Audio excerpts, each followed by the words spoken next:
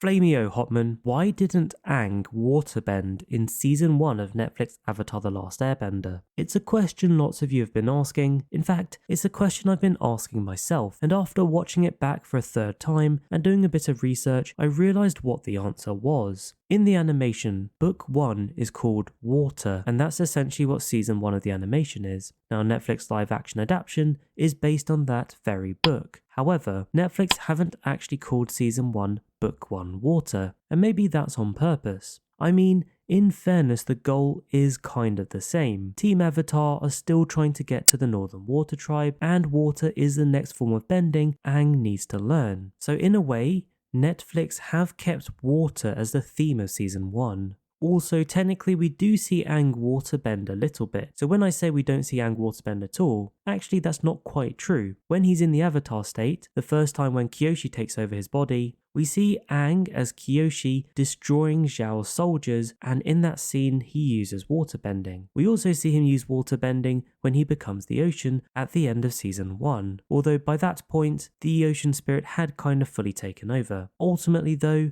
we do technically see Aang waterbend twice, but not when he's himself. It's only when he's in the Avatar state or being taken over by the ocean spirit. Now we can talk about why. I discovered there's two elements to it. The first is the story and the mentality of Aang in the live action adaptation, while the other is due to the timelines of the series.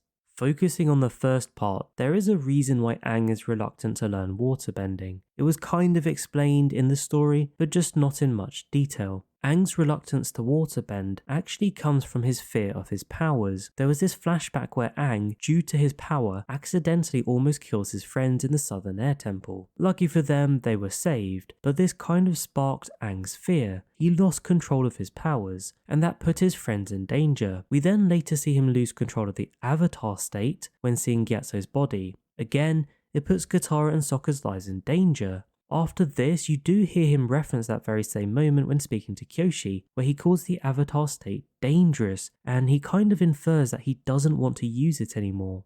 And this mentality is kind of something we have seen before in the animation. If you remember back, in the animation there's the episode called The Deserter, where Aang learns firebending from Zhong. He accidentally burns Katara when he's learning to firebend though, and due to this he says he'll never firebend again. You can kind of see the parallel between what they've done in the live action with the waterbending and actually the wider kind of Avatar state and learning the other bending disciplines. Essentially, it looks like in the live action they've reimagined that firebending story and kind of expanded it out a bit more, be more applicable to the Avatar state and also the other bending disciplines as opposed to just firebending. Why have they done that?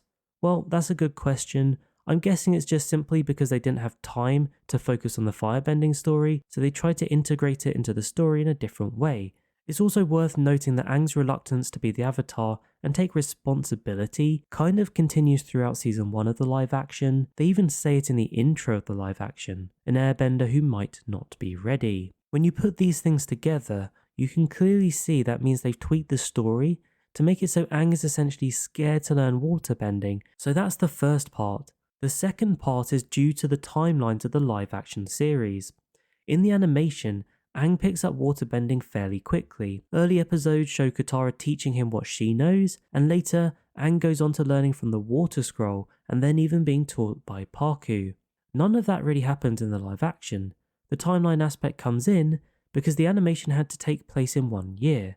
That meant they kind of had to show Aang learning waterbending because they didn't really have any other time to fit it in. The Netflix live action series is different though. You've got real people playing these characters, and you've got real life kids playing Aang and Katara. Kids that will age and look different by the time you get to season 2 and 3. Plus you've got the time it takes to make a show like this with lots of production. So when you combine the aging aspects with the time it takes to make the show for a live action, you realise actually the timeline's going to be a lot more stretched for a live action compared to the 1 year restriction they had for the animation. What that means is they've got more time for Aang to learn waterbending. It's not something they had to squeeze in or show through season 1, it's something they could easily explain in the gap between season 1 and 2. Because you do see at the end of season 1 that Aang is finally ready to learn the other disciplines. Now they more reference earthbending in that sense, and that's when Sokka says back to Amashu, but it could very well be that they use the time in between season 1 and 2 for Aang to learn waterbending, and that could then also be used to justify why Aang has aged between Season 1 and Season 2. That time gap in real life therefore has some justification in the story. So those are the reasons why Aang doesn't waterbend in Season 1 that I could find. Yes, I do think it's strange he didn't waterbend as I said, and I feel it's a little bit strange they didn't even take the opportunity to show Master Pakku teaching Aang waterbending as well. But it does kind of feel like it's something they'll pick up Season 2 with, and I think it's highly unlikely that Aang won't have learned waterbending by the time Season 2 starts. And I'll simply finish by asking you, what did you think about Aang not waterbending in Season 1 of the live action? Let me know in the comments. For now, don't forget to like and subscribe. Thank you for watching, and I'll catch you later.